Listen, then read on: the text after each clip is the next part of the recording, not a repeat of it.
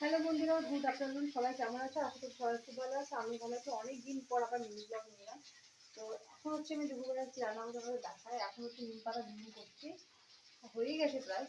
আর হচ্ছে একটু পেঁপে সেদ্ধ করেছি, আর হচ্ছে ঢ্যাঁড়স, এই যে ঢ্যাঁড়স আলু পোস্ত রান্না দিয়ে ভাত, আর যে সজনে ডাঁটা সেদ্ধ রান্না দিয়ে আজকের এই মেনু। তো তোমরা কে কী রান্না করলে অবশ্যই জানিও।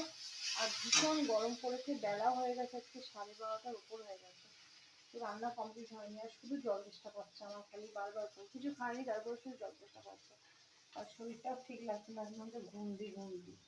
তো এখন আমার রান্না কমপ্লিট হয়নি, হয়ে গেলে গোপালের খাবারটা তুলবো। আমাদের গোপালের ভোগ যায় ওপরে, গোপালকে প্রত্যেকদিন খাবার দিই, তোমরা অনেকে জানো, ডেলি ভাত রুটি দিই খেতে। তো গোপালের খাবারটা তুলে তারপর দুষ্টু মিষ্টি স্নান করেই খেতে দেবো। ওরাও সেই সকালে 5:30টায় উঠেছে, ওরাও খেয়ে দিয়ে ঘুমোবে। তো চলো, আর সারাদিন কী কী করি না এখন সব অবশ্যই শেয়ার করবো, সাথে দেবো, ঠিক আছে? এবার থেকে অ্যাক্টিভ থাকবো, আর ভাব দেবো না, এবার থেকে ইউটিউবে অ্যাক্টিভ থাকবো। রোজ বলি, যখনই ব্লগ থাকবে তখনই বলি যে থাকবো, ভিডিও দেবো, কিন্তু হয়ে ওঠে না। তো এবার থেকে ডেলি তোমাদের সাথে অ্যাক্টিভ থাকবো আমি। টাটা।